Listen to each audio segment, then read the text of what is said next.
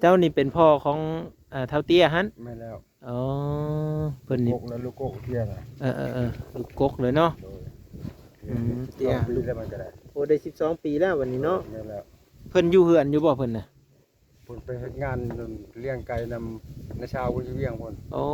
ไปแต่ดนแล้วไปจะเดือนชิปไปแต่เดือน10โดยเดือน11ไผไหม้เดือนหยังก่อ11เอาไผไหม้เฮือนเจ้าเดือน11โดยแล้วเพิ่นบ่ได้มาเลยบ่บ่ได้มาเลยบ่มาเลยทุกคนเด้ยเนาะเฮ็ด เลี้ยงไก่เวียกเลี้ยงไก่อยู่นครหลวงเวียงจันทน์พุ่นทุกคน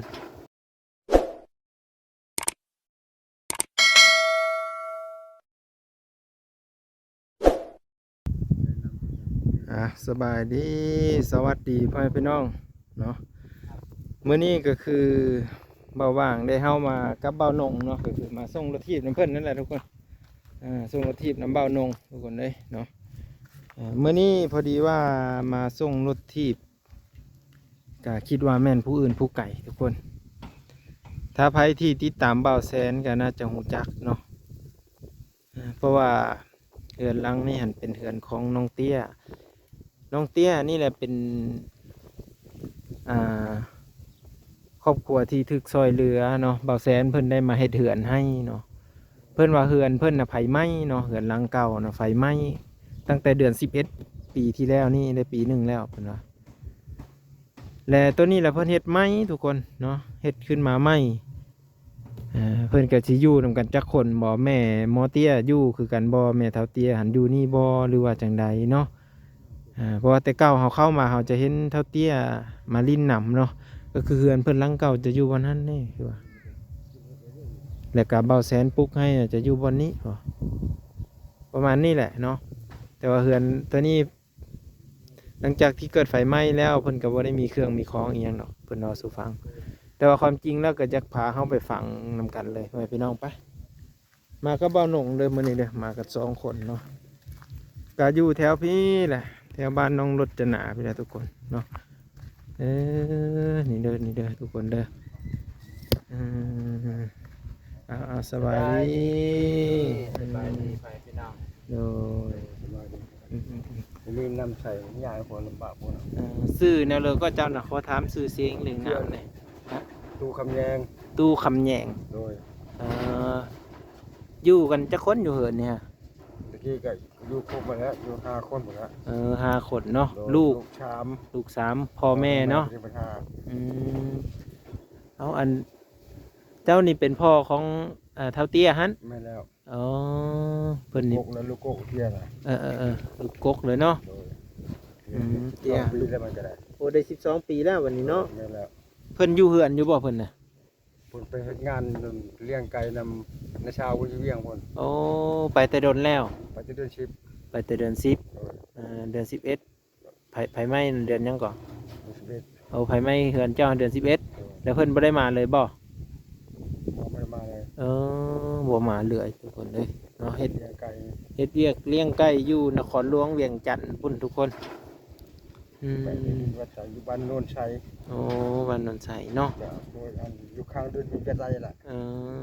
เอ้า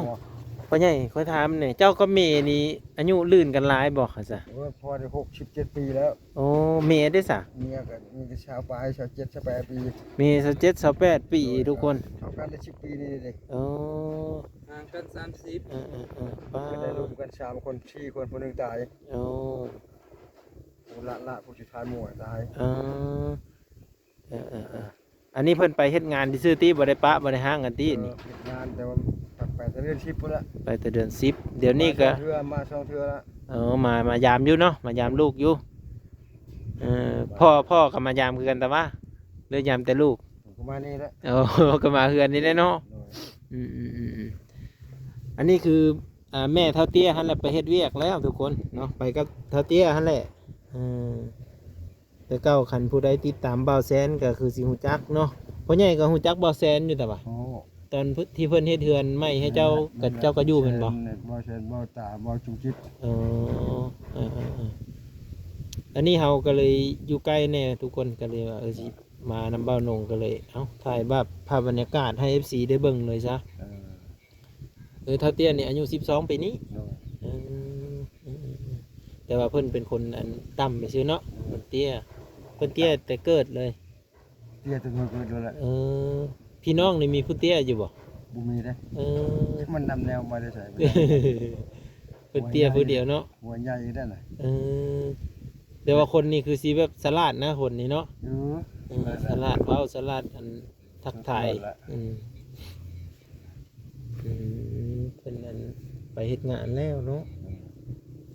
ภายไหม้นี่ตั้งแต่เดือน11แล้วตัวนี้เลยตอนที่พ่ออยู่ก็เฮ็ดไหม้ เฮ็ดมาเฮ็ดเอง เฮ็ดเองเนาะ นี่สิลมมาเลยนะ เออ จะบ่ได้มันสิลมนั่นก็ได้ เนาะ โดยเลยนี่หมดเลยนั่นก็ได้ลมแห้งไปก็ไปเลยสิไหลเฮือนนี่ก็ได้ มันเอ็นมาเลยเนาะ คงลงมาเลยดิ เดี๋ยวนี้เจ้าน่ะ69 ปี 67 67 ปีเนาะดีถูกแล้วเพิ่นไปคือในนั้นไม่ได้คิดฮอดเพิ่นบ่เจ้าก็ ก็บ่คิดว่าปานใดธรรมดาว่าเงินหาคำเด้ ไปหาเงินนะครับเพิ่นก็ฝากมาให้อยู่แต่ว่า ฝากมาให้อยู่กันโดนเทื่อนึงแล้วฝากฝากคู่มือเด้อ แต่ว่าเจ้าหันอยู่กับลูก2คนเดี๋ยวนี้ฮะ โดย อยู่กับเฒ่าอีหยังก็ ตา เฒ่าตาแล้วก็ปูนา ตาเตี้ยกับพาเงิน เฒ่าเตี้ยค่ะเป็นไอ้กกหมู่ นั่นแหละ แต่ว่าอันนี้เพิ่นก็ไปนำอายุโรงเรียนเนาะ แม่น เฒ่าตาแล้วไปโรงเรียน ทานพอชื่อเขากินตะกี้ก็ได้พอก็ได้ เฮ็ดทาน เงินใช้เผาอยู่ไสทาน นี่คือเฮ็ดเงินมันเท่าเฮ็ดน้ำเพิ่น เฮ็ด รับ นำ จ้างเพิ่นนั่นแหละ เฮ็ดนำไม่เท่า เฮ็ดรับจ้างเพิ่น บัดนั้นเพิ่นเอาไปขายให้ บ่รับจ้างให้น้ำเพิ่นเพิ่นบ่รับจ้างมือเอาเพิ่นให้เท่าไหร่ก็เอาเดี๋ยว50เดี๋ยวละแสนเดี๋ยวละ50เพิ่นให้ก็ได้ ได้เฮ็ดนาอยู่บ่ นาบ่มีนาแล้วพอก็ได้รับจ้างให้ละเข้ามารับจ้างบ่ได้แล้วบัดนี้น่ะหมดเลยเด้อ แต่กี้น่ะไปอยู่เสื้อสะเจ้าน่ะ เสียอยู่นี่ละ ตะกี้ก็อยู่นี่มาช่วงแรกๆก็คือว่าบ่เห็นบ่คือว่าเจ้าไปเวียงจันทน์บ่ นั่นแหละ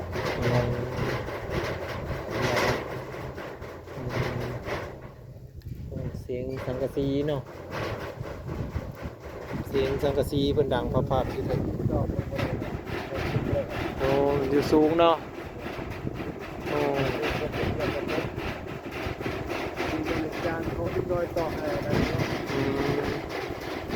นอนกลางคืนนี่เป็นเสียงดนตรีเฮาพังเลยนะนี่เบิ่งไม้นี่ก็บ่แม่นมันดอกแล้วบ่จังนี่ไม้ยูคานะทุกคนมันถึกฝนมันก็ดอกนะ ลมแห้งลมวิวไปทุกคนเหมือนกันละทุกคนความตายความตายคุณลูกตั้งพ่อเวทได้กันอะไรเย็ดนี่แหละ เดี๋ยวเหินเพิ่นนี่ก็จักสิอยู่ได้แต่ทุกคน แต่วัดนายที่เลย เฮ็ดเองเลยแม่นบ่ เองเมียเฮ็ดอ่ะ เมียเฮ็ดว่าถือว่าเมียเจ้านี่ก็แข็งแรงนั่นนี่ เก่งขับรถขับไทยเก่ง ขับรถไถเลย ขับรถไทย ป้า ไทยนาเก่ง ไถนาเฮ็ดนาเลย ไม่ได้จ่ายไปเราก็ได้ ผัวได้ซะขับได้บ่ ไม่ได้แล้วได้แต่ไม่ให้ไม่ได้เลยตามบุรีแล้ว บ่แข็งแรงเนาะ ตามบุรีมันบังคับผมไล่รถไม่ได้แล้ว เมียเฮ็ดได้ ไงแล้วเขายังวัยรุ่นอยู่ บ่ย่านเพิ่นไปนำผู้บ่าวบ่แหละเพิ่นไปเฮ็ดงาน โดนบุญแต่บ้าแล้วไปกับยาคนไปกับยาคนละ แล้วแต่บุญแต่ว่า เนี่ย พ่อใหญ่เพิ่นน่ะเขาเพิ่นอยากอยู่นำเฮาก็อยู่เนาะ ฝนยังหันยังแห้งอยู่เลยหันเสียบุญ คือว่าการไปเฮ็ดเวียกเฮ็ดงานนี่ก็คันอยู่บ้านเฮาก็มันน้อยเนาะค่าแรงเนาะเพิ่นก็เลยจำเป็นต้องได้เข้าไปในเมืองทุกคนเอ้ย บ้านไหนมันน้อยคนขายอยู่บนทางอื่นแพงแสนบาท2 แสนพุ่นละ วันหนึงเนาะ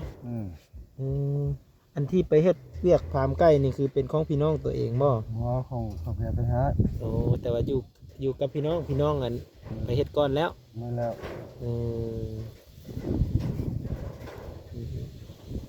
อยู่นี่มีไฟผ้าอยู่บ่ บ่มีเด้ผม แบบกลางคืนได้สะใส่ ตายใช้ที่เจ้า ใส่แสงอาทิตย์เนาะ รอได้ เพิ่นมีแสงอาทิตย์อยู่มีอันโซล่าร์เซลล์บ่เพิ่นเอิ้น ชื่อว่าทำเข้าแล้ว ซื้อโซล่าร์เซลล์เนาะบัดยามเจ้าเฮ็ดอยู่เฮ็ดกินได้ซะดังไฟดังอันนั้นอยู่ไสอยู่เถิงบ่ ตารางอยู่ โอ้เพิ่นดังอยู่นี่ทุกคนเห็นป่ะ กลัวเด้ เออบัดนำมันเข้าน้ำนี่ได้เสียได้ซื้อบ่เผาถ่านรับจ้างเลยซื้อ รับจ้างวันๆนั่นแหละ แล้วก็ซื้อเนาะ โดย เขาขายปองเท่าไดล่ะอยู่ คาเป็นโล โอ้ขายเป็นโล โลนึง15,000 โอ้โลนึง15,000 โลนึง10กิโลแหละ 14-15,000เนาะมาแล้วบ่อนผมบ่เห็นนี่ ก็มาแล้ว ยังได ยังวะ เนี่ยเพิ่นยังเข้าโรงเรียนอยู่จ้ะเขาเลิกเลย11 โมงเดี๋ยวนี้ฮะก็10 โมง บ่ ยังอีกชั่วโมงหนึ่งอืม เราประชุมมาแล้วอย่างน้อยนี่ก็ได้ เออ บนนาประดามพอโรงเรียนบ่มาได้กินฮะ อืมเพิ่นก็นอนอยู่น้ำเจ้านี่เหรอน อนนี่แหละลูกก็ได้นอนพอนนอนทำไม่เท่า เตือเขาอย่าไปลิ้นพุ่นกับไปเนาะ เงินได้ไปผมก็ปวดไปพอก็มา พอดีจักปีก่อน10 ปีบ่เจ้าสร้างครอบครัวมานี่ 10 กว่าปี11 ปีเลย อ๋ออันเมียผู้นี้เนี่ยเป็นเมียผู้อันทำอิฐเลยบ่หรือว่าเจ้ามีเมียมาก่อนเลย เมียว่าแล้วเมียผู้สองนี่ล่ะ โอ้เมียผู้ที่สองอันนี้เนาะ เมียพวกเวียงจันทน์คน เออ เมียพวกพ่อในเวียงจันทน์คน บัดบ้านเกิดอิริพรนี่อยู่เสือซะ อยู่เมืองวิระนี่ โอ้วีระบุรีนี่ แล้วบัวคำนี่ โอ้พ่อมาพบหักอยู่พี่เนาะ พอที่บ้านเกิดเมืองนอนบ่อยเมืองวิระแล้ว พ่อมาสร้างครอบสร้างโคนเฮ็ดได้เลยจังเอาไปพ่อกันนี่ฮะ พ่อก็อยู่เวียงพ่นเราเป็นแม่บ้านอยู่เวียงพ่นพ่อเป็นรปภอยู่เวียงพ่น โอ้รปภกับแม่บ้านโย่พ่อกันเฉยเนาะ อันนี้เลยเพิ่นว่าหักบ่มีพรมแดนไว้พี่น้องเนาะเป็นรปภกับแม่บ้าน นั่นแหละ ก็เลยได้มาอยู่นำกันเลย แม่ สร้างครอบสร้างโคนกันเลยใหญ่ขึ้นมาเราเลยคิดว่าแต่เจ้าอัน หมา อยู่บ้านนี่ไม่มีเนาะวีละเจ้าก็ไม่ได้มือยามบ้านเลยบอก เนี่ย อืม มาเรื่อย พี่น้องอยู่พุ่นกันหลายคนบ่อยู่บ้าน เอื้อย อย่างเอื้อย มาเลยเอื้อย2 คน บ้านเจ้านี่อยู่กับตัววิละเลยบ่ ตัววิระบ้านเกิดเมืองนอนน่ะ บ่อนอันที่เขาขุดขับมา นั่นแหละ บ่อนเขาขุดขับนี่ว่าวิละเลยอยู่หั่นน่ะ นั่นแหละตะกี้เขาตั้งเมืองอ่างคำ เมืองอ่างคำ นี่ก็ตั้งบัวคำก็เป็นเมืองวิระเลยก็เปลี่ยนชื่ออีก เปลี่ยนชื่อเมืองเลย กินจะดึกดำบ้านอยู่เมืองอ่างคำหมดแล้ว อันที่เขาเอิ้นเมืองวังอ่างคำมันเนาะ ตั้งคำแล้วก็เปลี่ยนชื่ออีกเมืองวิระอีก จะดึกดำบ้านแต่โอ้แต่ดึกดำบ้านที่เมืองอ่างคำหมดแล้วเมืองว่าอ่างคำหมดแล้ว เราเถิงบ่หรือเหลาหรือผู้ไทย ปนกันนี่แหละถ้าเราสั่งผู้ไทยปนกันอยู่กับกันนี่แหละ เอาเจ้าก็เคยไปห้อนขับอยู่บ่ อยู่กับเมียเก่าจะไปฮอนอยู่ อยู่บ้านได้ ก็ได้อยู่บ่ไปห้อนกัน ได้ เทื่อละซ้ำได้ซ้ำบ่นี่ซ้ำนี่ หมอก็บ่ได้ไปนั้นเจอกันทำเป็นงานแล้ว โอ้สำเม็ดงาเนาะเม็ดงามันสิใหญ่ยังทุกคนน้อยๆแหละ ก็โฮมเอา โอ้โหมื้อละน้อยไปซั่นนะ เดือโชคมันก็ได้ซ้ำนี่พุ่นแล้ว แต่สมก้นก็ยาพุ่นน่ะโอ้ยมันสิซ้ำนิ้วก้อยไปเลยทุกคน คนทานให้ได้ แต่ก็ไปคุมื้อ เราเดือนจะไปขายก็ได้หลายบาทเติมแล้ว อันนั้นเขาเอิ้นคำดิบเนาะ คำดีบ่ดีคำเรื่องเอาแล้ว อืม มันอยู่ทั่วประเทศนะครับมันมุดเมืองวิระนะอยู่ทุกมองเลยแหละ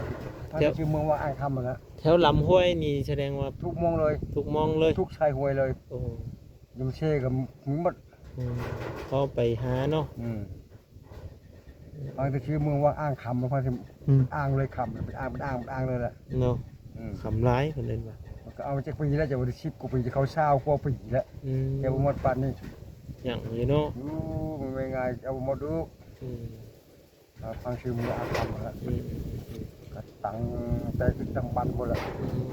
เมืองอ่างคำพอถึงคำเป็นอ่างเลยนะ โอ้เมืองวังอ่างครับน้อง พ พ อ ด เผ็ดพอฟอยครบ เต็มอยู่ฮะเนาะ ได้ชมมีครบวัฒนธรรมมีครบแล้วใช่ไหม ส ถูกเป็นหมาแล้วเนาะ มา โอ้โอ้ผู้นั้นซื้อ อืม อิหยังก็ บุกตา เท่าตา ตาอะไรกับบุญนา เดี๋ยวเป็นหมาอะไรเบิ่งทักทายเพิ่นก่อนเพิ่นพี่น้องสบายดีครับ ชื่อกันอยู่บ่นี่สบายดี นางอยู่นางอยู่ มาแต่โรงเรียนแล้วเนาะ โดยมา เลิกโรงเรียนแล้วบ่นี่หรือหยังบ่อ๋อ ขอตัวมาจากโรงเรียน ขอตัวชั่วคราวเนาะ ขอตัวเสื้อผ้าน้องครูผม อันนี้เท่าตาเด้อมาพี่ มึงไปนั่งบนนั้นนั่งเอาขังนึง มาเคยรถทีบก็ได้ ต้องให้น้อง เดี๋ยวรอติดตามเบิ่งตอนต่อไปพี่น้องนี่อันนี้คือเฮือนศาลบ้านซ่องเพิ่นไปพี่น้องเนาะเนี่ยอันนี้เฮือนเรานี่เฮ็ดไม้เนาะมากะเอาไม้เอานี่ค้ำไว้ทุกคน อยู่กัน3พ่อลูกเนาะพ่อก็60 ปลายปีเนาะแม่ไปเฮ็ดงานอยู่วิ่งจัด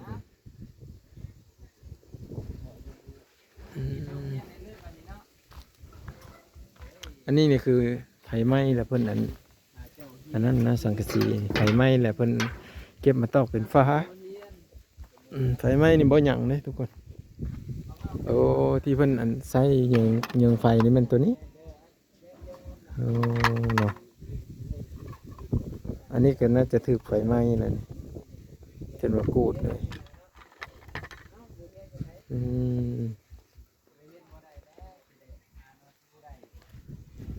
มาซ้ำนี่แหละทุกคนเลยเนาะกาบะบ้างผาเบิ่งผานี่เบิ่งเนาะบ้านเหือนเพิ่นใครมีความคิดเห็นจังไดเนี่ยก็คอมเมนต์มาได้เพื่อนพี่น้องก็หลังจากที่เฮาโอ้ลมทำข่าวกับเพิ่นแล้วเนาะพ่อใหญ่เพิ่นก็อยู่กับลูกเนาะเมียไปเฮ็ดเวียกเฮ็ดงานอยู่นั้นน้ำในยังก็ไปเอาน้ำหญ้าเนาะไปเอาน้ำหญ้ามาใส่ขอน้ำเพิ่นมาใส่เนาะน้ำกุ้งน้ำกินนี่ยังกะแต่ว่าเฮือนเพิ่นบ่ได้มีน้ำบาดาลได้ทุกคนเนาะเดี๋ยวเราติดตามตอนต่อไปพี่น้องเอ้ยบาวังขอบพระคุณขอบบุญขอบคุณเบิดทุกคนให้อยู่ดีมีแหงพ่อพี่น้องเดี๋ยวเราติดตามเบิ่งตอนต่อไปพี่น้องเอ้ยเนาะโดย